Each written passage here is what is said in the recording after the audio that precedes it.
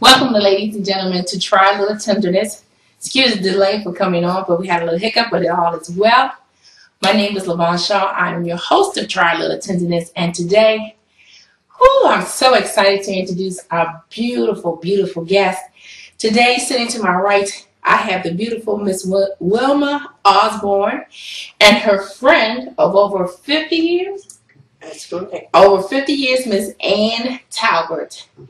And I guess you're wondering, well, what I want to talk to them about? Well, I'm actually going to let them have the floor, but I'm going to have a few questions. But I cannot share with you, our listening audience, how much I love our seniors, how I glean from them.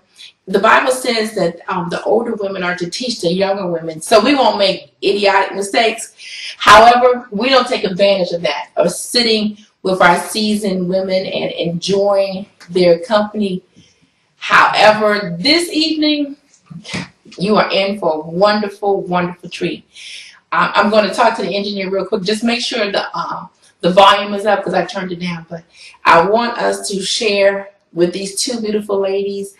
I'll ask you the first question about what you have learned. What have you learned in your life? Or should I should share this first. How old are you, Miss Wilma?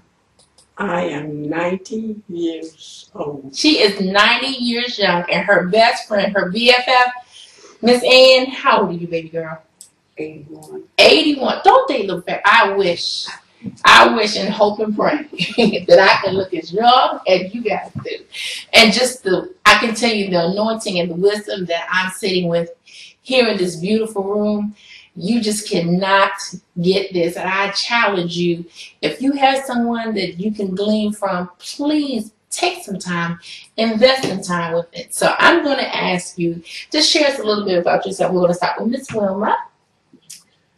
Well, I was born January 28th, 1922 in Gastonia, North Carolina. Gastonia, North Carolina. Okay. And I still hold it in my heart as if it were yesterday when I was growing up. Okay. But we're gonna really ask you unfold some of the things that happened when you were growing up. So, but before we do that, we're gonna make sure we talk to Miss Ann also. So, where were you born and when? Well, I was born. I had always said May 25th, but then when I didn't have a birth certificate because when I was born, the midwives delivered us, and they told me that if the midwife didn't turn it into the vital records. Yeah, that you didn't have a record. So when I went to look for my birth certificate, and we were going to Nassau that time, remember? Really? I didn't have a birth certificate. Oh. So it took me the longest to get a birth certificate. And when I got a birth certificate, it was May 23rd, 1930. But I had always celebrated May 25th, 1930. But different places I went where I had to change everything said the date really didn't matter. It was the year that was important. But anyway, I was born 1930. And I was born in a little place in South Carolina called Hagewood, South Carolina. Say it again. Hagewood. Hagewood. Hagewood. Hagewood, South Carolina. Now, were you born at home? Yeah, that's the way it was done back Born then. at home. See, that's what I really want to share with you. These children nowadays, they have no clue the blessings that they have inherited or just the blessings they have of being born in a hospital or born on the correct day, because you were probably born on the 23rd, but they probably didn't turn the paperwork in to the 25th. So we don't know what happened. Or even later. We have no clue what happened, but we know that you're here. Right. And what they said what they would have to do is make you up a birth certificate because there was no record of you at all. You know, being black, they weren't bothered about keeping records anyway, and so if they didn't turn it in, I told them that's what I really want to talk about. Being black, they weren't really even bothered. They did not care. And that's my concern here today that I want you to share with our viewing audience. The privileges that you all fought for, marched for, that people my age and younger, what is it called? The X generation? Generation X. Generation X. That they, thank you, babe, that they don't understand or take privilege to what we're dealing with, what we have, what we can do. And that they take for granted. Take for granted that all the benefits that are out here for them. So can you share us a little bit, Ms. Wilma, about growing up and the things you experienced? Well, I would like to say that I was born at home also, but we did have the doctor. Okay. The only doctor in the town at that time. He was black as well. Oh, okay. So we thought that was a great thing. That is a great thing. All right. So tell us a little bit about when you were growing up in your hometown, the different things that you experienced. For example, I guess.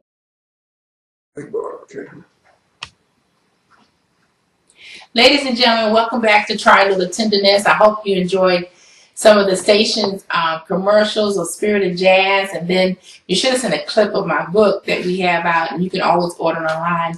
But again, welcome back to Try a Little Tenderness. I am your host, LaVonne Shaw. I'm sitting here with my beautiful guest, Miss Wilma Osborne, and her best friend over 50 years, Miss Ann Talbert. And one reason why I also keep emphasizing that they're best friends over 50 years, do you know there's some people who can't be friends for 5 minutes? And I saw a picture on Facebook, and I stay on Facebook. You guys have Facebook account? But I stay on Facebook, and there was a couple that was married over 65 years, and you said you were married 63. That's right. But I've been a widow for 30-some. 30-some years. 37, something like that. And Miss Ann just became a widow in November. No. 2000 of November. 2000 November. But in this year would be 50 years. No. Or married. Yeah. Married, being 50 years of marriage. So, well, this couple shared on Facebook last night that they've been married over 60 years. And someone asked them what was the secret. And they shared that when they got married, if something happened, you don't throw away something simply because it was broken. You took the time to fix it. And that was the secret, to take time and fix it. Don't just walk away, give up, throw it away. And that's, again, how our generation and Generation X, is that right? I always say about Generation X, just take things for granted. I can just buy it new. Don't fix the chair. One reason before the recession, the cobbler, the shoemaker, was going out of business because everybody just buy new shoes. But the recession hit, and guess what? The shoemaker back in business. People take their shoes back to the cobbler. So again, ladies, you were about to share some of the things that you were enjoying when you were growing up. We stopped with the penny candy and how fresh bananas. Your dad would bring bananas. And Miss Ann, did you share some of the things that you? No. Okay. You went to commercial. Oh, that's right. So we're back. So what are some of the things that you remember? Well, being born in South Carolina, we had to go back there every summer.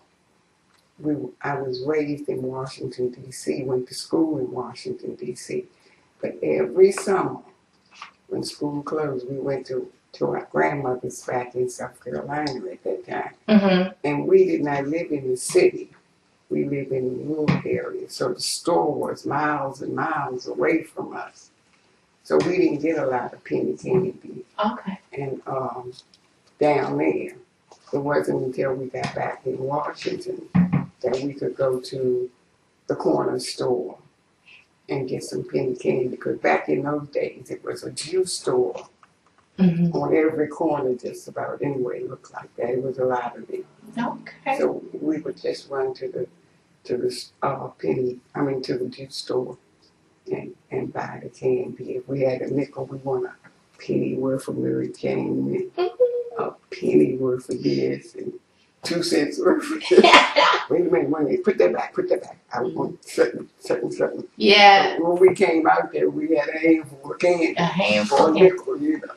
But it's so funny because back then, a penny's worth was several pieces. Mm-hmm. And then when I grew up, a penny was 1 piece. You know, and now can't get anything for a penny. You can't even get a penny for a penny.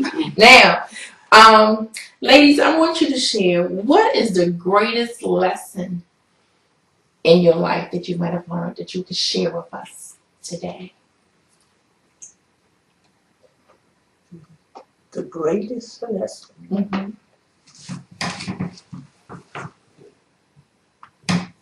Well, the greatest lesson I learned about God, Mm-hmm. and the part that He played. We didn't know then that He was our Creator, Mm-hmm. but we didn't know about leaning and depending on God, and they had songs that kept it uppermost in our minds, and those are songs we sang, and it just taught us to love God. Mm-hmm.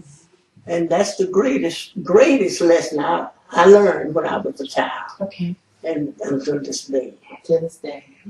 All right. Miss Anne?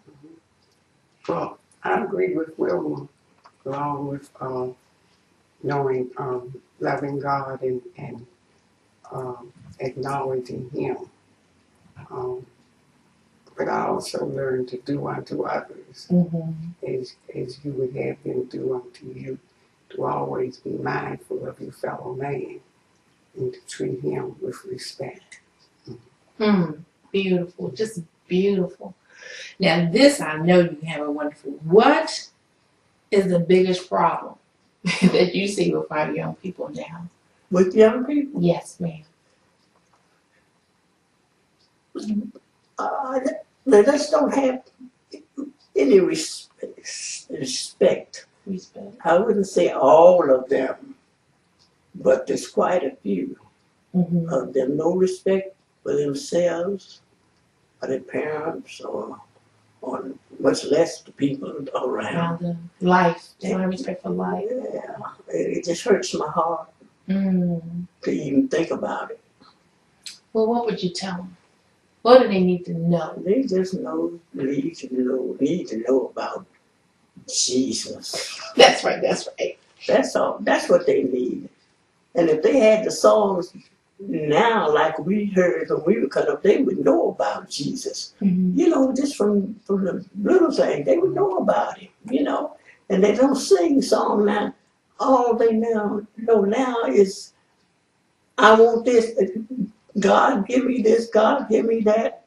And they just think he's coming down here, and that's what they evidently that's what they think. You know, but they just need to know about God's love and His righteousness, and not leading to their own understanding and things that the Bible teaches.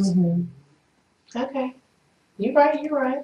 Miss Anne, what would you say the greatest challenge is for this young generation now? Well, I agree with what Wilma has said. And I was sitting there thinking about the songs we used to sing in church and Sunday school. Songs like, I'll be a sunbeam for Jesus. He wants me to be a sunbeam for him. And what is the other one? I was sinking deep in sin, thinking to rise no more, but love lifted me. That's true. I mean, their music is nice, but I really don't care for that. Boom, boom, boom, boom. Can you sing a little bit of me something? No, I can't sing. You can't sing with me? I can only sing with the group. Oh, okay. All right. But they were nice, nice. Good hymns. Yeah, and they had meanings, you know. I was looking at one yesterday. We were at choir practice, and just a little talk with Jesus. Tell him all about your troubles. He will hear your faintest cry, and he will answer by and by. And they don't know those songs. You heard say something? Would you like for us to sing? I'll be a sunbeam. We can sing a duet. Go ahead, go ahead, go ahead. If I can remember all the words. Jesus wants me for a sunbeam to shine for him each day. In every way be a sunbeam, a sunbeam for him. I'd be a sunbeam for him. We have more words, but That's I okay. remember all of That's it. enough. That's enough. Just to see the two of you are singing together. Now, what was your occupation? I've been a public servant A public all of my days, of my career. Mm-hmm. I got my first job when I came to D.C., not the very first one now, because I was a babysitter. Okay. But then I decided that this is not what I came to Washington, D.C. for. All right. So I got with the NYA. That was the government program then, like World War II. Yeah. And we had English teaching. Well, we had English in school, of course, but they don't speak it now either. That's the way we talk. But anyway, and they taught us things that we hadn't learned in our school, and took us to take a test. And I passed the test, and my first job was at the Bureau of Engraving. So now that's a long, long story. We may get back to that. No, it's too long, because I had so many temporary jobs and a lot of agencies, more than you can imagine. Bureau of Engraving, Census Bureau, Patent Office, Treasury Department, and Civil Service Commission, all those temporary jobs. And I worked in the Postal Service for about 24 or 25 years, and that gave me about 30-some years of service. Well, let me ask you this, Ms. LaVonne. During those times, did you ever experience racism on the job? Can you share a little bit? Well, if I did, I didn't know it. You didn't know it? No, Okay. no. As a matter of fact, I didn't know much about racism because we didn't experience it. I didn't know anything about it until I got to D.C. Until you got to D.C. And I was hearing about it, but it never seemed to affect me, Okay. That's the way it. Well, that's good. That's very good. God bless you. Miss Ann, what was your occupation? Well, for years I didn't have an occupation. I was a housewife. That is an occupation, honey. My children, and like Wilma, I kept children too. And then when I did go out to work a few years ago, I went in the cafeteria at the school and I worked there. I didn't realize I had worked there that long, but when I retired in 2007, they said I had been there 30 years, but... You didn't realize you'd been there 30 years? No, that's right. You enjoy going to work, didn't you?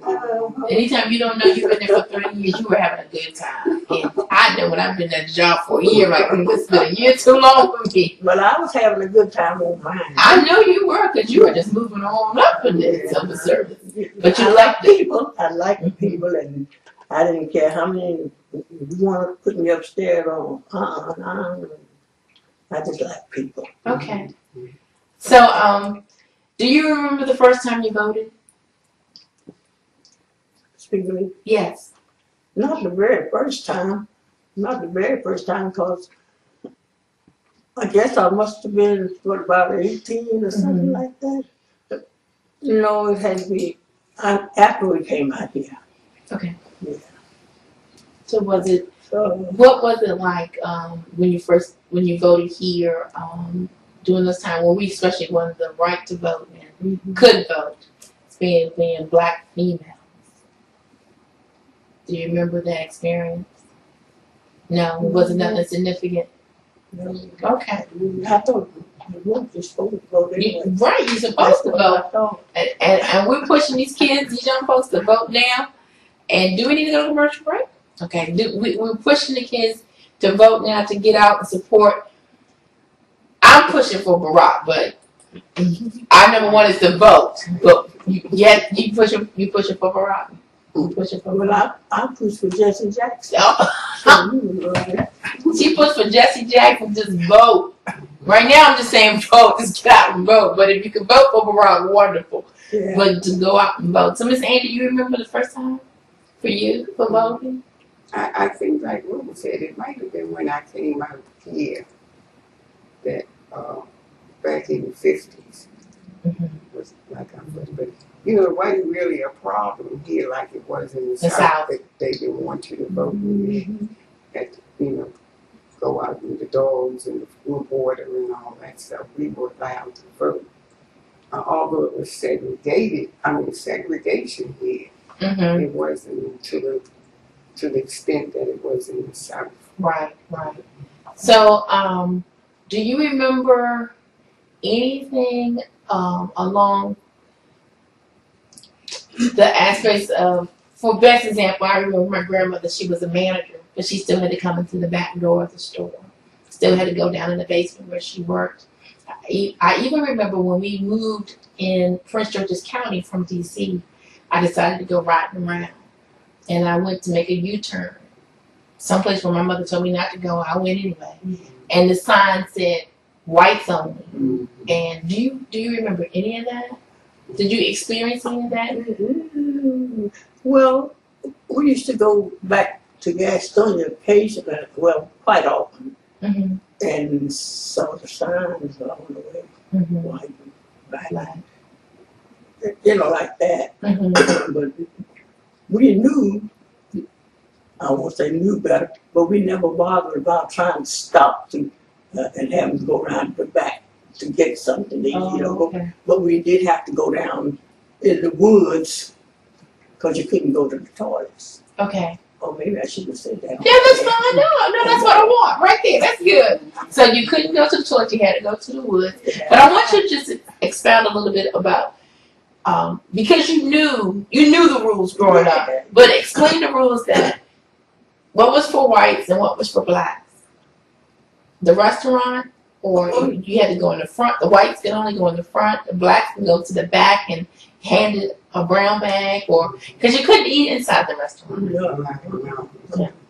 But only your own. You know, blacks had some like little restaurants, like greasy spoons, as I call them. I love greasy spoons. Don't sleep on the greasy spoons. Some blacks had them, and you could go in the front door of their business, but not in. Because I can remember the year I moved out here when they had that People's Drugstore up there in Sea Pleasant. And you couldn't sit at the lunch counter. You had to go to the side to order your stuff and bring it out. Wow. And I remember in South Carolina, you had to sit in the very back of the bus. Those seats in the back, that was for the blacks. Just the blacks. And then white people wanted to, they could have them. Do you remember because you had no rights at all. Yeah, and I remember that because, like I was telling you, we lived in a rural area and there wasn't no stores or anything in it. The one store that was there was maybe 2 or 3 miles away, but my grandmother never allowed us to go to the store without them. Some adult be with us, you know. And she would tell us on the way to the store, don't put your hands on anything, don't touch anything. If you want something to tell her, and she'll ask for it and get it. Because back in those days, my grandmother was probably, I know she was older than the white man's daughter in the store, but she had to call her Miss Jane or Miss Sally or something like that, you know. But they would call her Emma. Right. You know, something like that. Disrespectful, yeah. That's the way it was. Wow. Well, I was just thinking,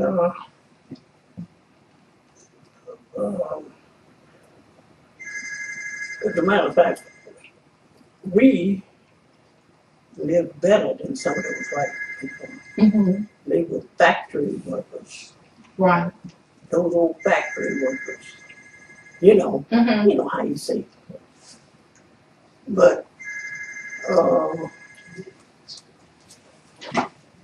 the people from the country would come to our town with the vegetables and butter and they called my father Mr. Scott.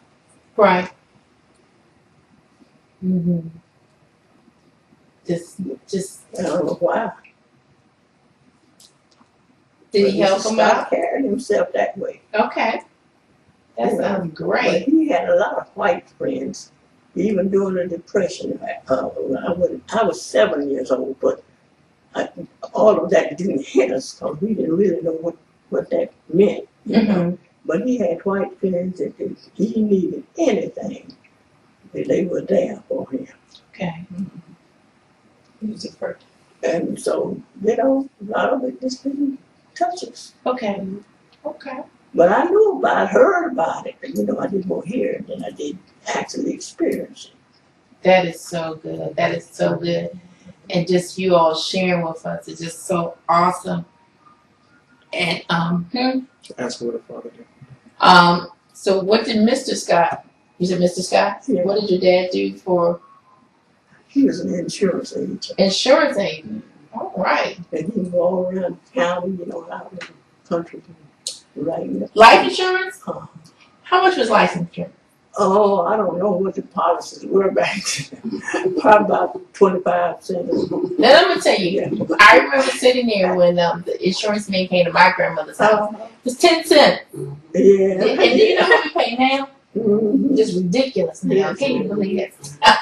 But that is good. That is so wonderful. Yes, I'm just, again, so in awe to have these two beautiful ladies on Trial of the Tenderness and just, again, to gain from them and just an honor to be in your presence. And I know these ladies are truly a trooper and a blessing to sit on these lights are hot. So we're almost finished. We have 20 more minutes and just a few more questions. I just wanted. Let me tell you something. Yes, ma'am. Right here in Washington, D.C., when we went to the department stores back in the day, yes, wasn't anybody in those stores working but them. And so my children sometimes say, "Mother, you don't care for white folks." I told them it's not that I don't care for them, but I never been around them, other than across the counter when I was buying things. But that was all in the stores serving one time. Now we look across the counter at our own people, and that's a blessing. Right. Sometimes. Because they're so rude sometimes. That's why I said sometimes. That's why I said I want to sit and talk to you, because they don't understand what it is to be on the other side of the counter serving, to have a job, and the things that we went through, because they can fix your coffee and tea and spit it. They can't. They think there's just something that happened in the movies. That happened. That's where they got the story from. And you just take it for granted. It just burns my britches to see these youngsters walking around with their pants hanging around. Wait, nobody wants to see your underwear. But if you're a man, not a gentleman, but a man, pull your pants up. And my husband, when we're driving sometimes, and it irritates him, so he might say, "I just wish he'd pull his pants up." Well, my daughter, she's 6, and she'll yell at the window, "Sir, pull up your pants." And I'm like, "Oh, Lord, That's right. Speed up. Yes, it should be up, and you know better. You know why I know you know better? When you walk around your mother or you walk around your grandmother. Or your girlfriend, because I see them, I guess they're coupled off in the street, walking pants on down. I wouldn't allow it. No. I wouldn't, in the first place, I wouldn't walk with nobody with the pants down. I know. Just I tell you, burns my cookies. Just burns them. So it's just a mess. Or, you know what I love? The ladies here made sure they were the right attire for today. And I just love Miss Ann. She came over with her purse. I was like, all I needed was hats and gloves, and they would just be right there for me. But that was back in the day. You know what young ladies, they don't even know what a slip is. They have no clue what a slip kids. You know, but to take time with your foundation. They have no clue what a foundation is. We had an opportunity last year to take a group of women to Nordstrom's, I believe it was, and I called it a firm foundation outing. So it took them to get the proper bras, and they were like, we didn't even know we had, the proper. They were buying the wrong bras and everything. And I told some of them, nothing's wrong with you, but you should invest in a girl. And one young lady, she said, what is this? And I said, it's a slip. And you just don't know. And like, again, they don't glean, they don't sit at the feet of their grandparents and just listen to the stories that you can tell. I love my great aunt, she has dementia. And just sitting with her and just listening to the stories, again, how the white people treated her so bad. And her own daughter said, well, I didn't know that. And I laughed and I said, you're here with your mother every day, but you don't sit with her. You don't listen. Take time to listen to the people that God has placed around you. They're in your lives for a reason. I am blessed that my parents are still alive, and we're able to spend quality time with them. So I get to see my daughter interact with my mother and just the generations coming up together. And I don't take it for granted that she's there, but I see her pouring into her. And I see my daughter sitting with my dad, and my dad is just talking about he did public service for 50-something years. So he's still talking about nonprofit and different things. And she's just sitting there listening. And, okay, Papa. And she's really getting it, where it just didn't click with me, but she's getting it. So, but if you just take the time to sit with our seasoned saints and just see what they have, what they can sow into your life. And they have adorned themselves with their jewelry. This is amethyst, if I'm not mistaken. It's amethyst stone. That's my birthstone, just lovely. And I know it's not the name, but I always call Jacqueline Kennedy pearls. She has on her pearls. And you never saw a lady in a black dress without her pearls on. They always go together. That's right. But see, these young ladies, they have no clue. They have no clue. And if they would take the time, and I hate to say it, even our churches sometimes forget, because what the Bible says that we're to help the widows, and we need to really take time. And I cannot say thank you enough, ladies, for letting us come to your home, for bringing your good girlfriend over and just sit down and chat with us. I know we have a few minutes left. It sounds like I'm ending, but I just want to make sure I say thank you for allowing us to come in. Another thing, you've been in this home for how long? 54, what's that? How many years? Is that 60? 60 years? 58. 58, almost 60? 54 and 58, that's 22, yeah. Almost 60 years in the same home. Now, you know what? That's rare. People are moving left and right. One building to the next. They don't stay. They don't make an investment. And you've done that. We've been blessed to have our home since 1904. And what happened was, when I was getting the house together, I found the original payment book from my grandfather. And in the payment book, it had white payments, black payments. And I was like, what in the world? Just take it for granted. It was grandma's house. But the things that you all went through to obtain things, and how you were handled, how were you disrespected, for some people, not everybody. But what you lived through, and you sit here now with the most beautiful smiles, and how God has blessed you. And good friends are hard to find. But then to have a good friend for 50 years? What are some of the things you guys do? Well, we go to church and go to the Bible class. Okay. And Go to McDonald's. McDonald's. Work in the yard. That's the main thing. And it's a beautiful yard. I saw it coming up. I saw the difference. I know where they were loved, and I know when somebody just cut the grass. Yeah. But you know, the thing about it, I don't like moving. You don't like moving? We moved one time from one house to the other. You said I stay here. But then after I came to Washington, you know how it is, you know, you gotta move this apartment, that part. And then I think I've only moved about 3 times. This was the 3rd move, yeah, after we got married, you know. And that's all. And that's all. I love it. I love it. Okay. And this is 2 more questions that we're going to go on out. How do you feel about seeing the first Black president being in office? How do you feel about it? Obama being president? Well, I was just so elated. I can't find a word to really explain it. You know. Okay. But one thing, he was entitled to be there. Yeah. And he's entitled to be there again. Yes. Amen. Vote. Miss Ann?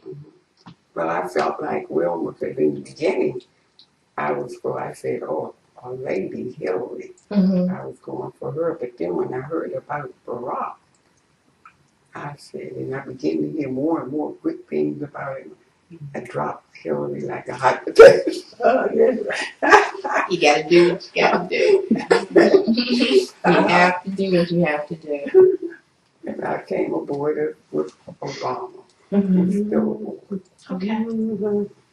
All but right. I do have this to say. I don't think they give him the respect that's that's due him.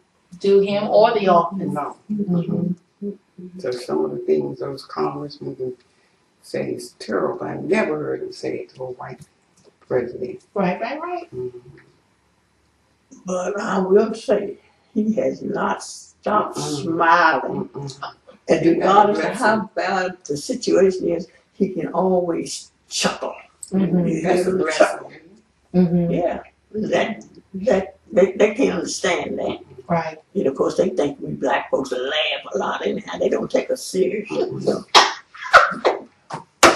Well, one thing I can say, to piggyback on your comment that our president, Barack Obama, is resolute. As when the Congress, be the white or Black, but definitely the white gentlemen, when they're negative or yell out at him when he went to do the State of the Union, that still just infuriates me. But again, he was resolute. He never came out of character. And I think a lot of times they really trying to provoke him to come out of character. I don't think you really want to see him come out of character. But he's so calm, cool, and collected. Because regardless what they say or do, he is still the president of the United States. And proud of his family. Yeah. They can't understand that. They never seen a Black family. Educated. If they saw one, they didn't. Yes, and they tickle me a little. They'll say educated, groom, and speak so eloquently. You know, like what do you expect them to do? What do you want us to do? And just so proud that he is in office. And I know with your support, we're gonna get him back in again for a second term, 4 more years. Yes, ma'am. And another thing, since Michelle introduced them to the garden, and all of that, now, not even the children automatically, but now the parents, they're trying to eat right. They didn't want to recognize that what she was doing, but all of a sudden, they've got more cooking on the TV. Yes. Cooking organic herbs and vegetables. But you get the little children, you got the parents. That's true. You know why? Because the children, because even our daughter, she'll come home and say, well, we learned this today, and you can't do this. And my niece is just gone ballistic about how many grams of sugar you can have. Auntie, let me see that. What? That's too many grams. And I'm driving, enjoying my orange juice. Like, I had no idea it had 12 grams of sugar. And she's like, you only have 10 left. But they're teaching the children, so the children are now coming back. Teaching the parents. But again, that's how I think of our younger children. We'll sit at the feet of our seasoned saints and just absorb from you. Just learn how to be ladies and gentlemen and just enjoy who you are. I think it will be a beautiful thing if we reconnect that way. Yeah. If we try a little tenderness with our grandparents, if you're blessed to have your great grandparents still living, I would challenge you this day, this weekend, or this month, because it's Mother's Day. Go out and get a generation picture taken. Take every generation you have represented. Take the picture. Take the picture and enjoy it. And dote on them and love on them. Not just because it's Mother's Day, but because of the wealth of wisdom that you have at your feet. That you, and I know you don't, that you don't take advantage of, ladies and gentlemen. So again, ladies, thank you. Is there anything you want to challenge our audience to do or listen? Make sure they do something. It's some words of wisdom you want to share with them, or something to live their dream, to seek their passion. Do we need to go commercial? Okay. Seek your passion, or is it something? Yes, Ms. Williams? I'm seeking solutions. Solutions. We talked and talked and talked. But we need solutions now to some of these problems. Okay. And I think if we, like right here, and the population in general, if we would get together, somebody ought to have some solution or offer some, you know. Right. That's what I think. So your solution is to come up with a solution. Yeah. Okay. All right. Stop talking about the problem. Find a solution. Do something. That's good. That's good. Ms. Ann. Well, I was listening, but my solution is to put God first in their lives. I think if you make Him first, everything will fall in line. Because He will give you the resources. You put His word in your heart and live by His commandments. Your pathway will be bright. Your pathway will be bright. If you live by God's commandments, put His word in your heart, your world will be bright. Make Him first. Make Him first. I tell you, that is so awesome. Now let me ask you what you do. Yes. Go ahead. No, I was going to say that is the closing statement from Ms. Ann. Yeah, it is. I have another request. What's your favorite hymn? Great is thy faithfulness. Can you sing a little bit to you? Well, she can sing. She can do that by herself. Well, we'll see your lesson. Do you mind this one? If I get the right pitch. It's okay. It's just right or wrong, you can do it. Great is thy faithfulness, O God, my Father. There is no shadow of turning within. Thou changest not thy compassions, they fail not. Great is thy faithfulness,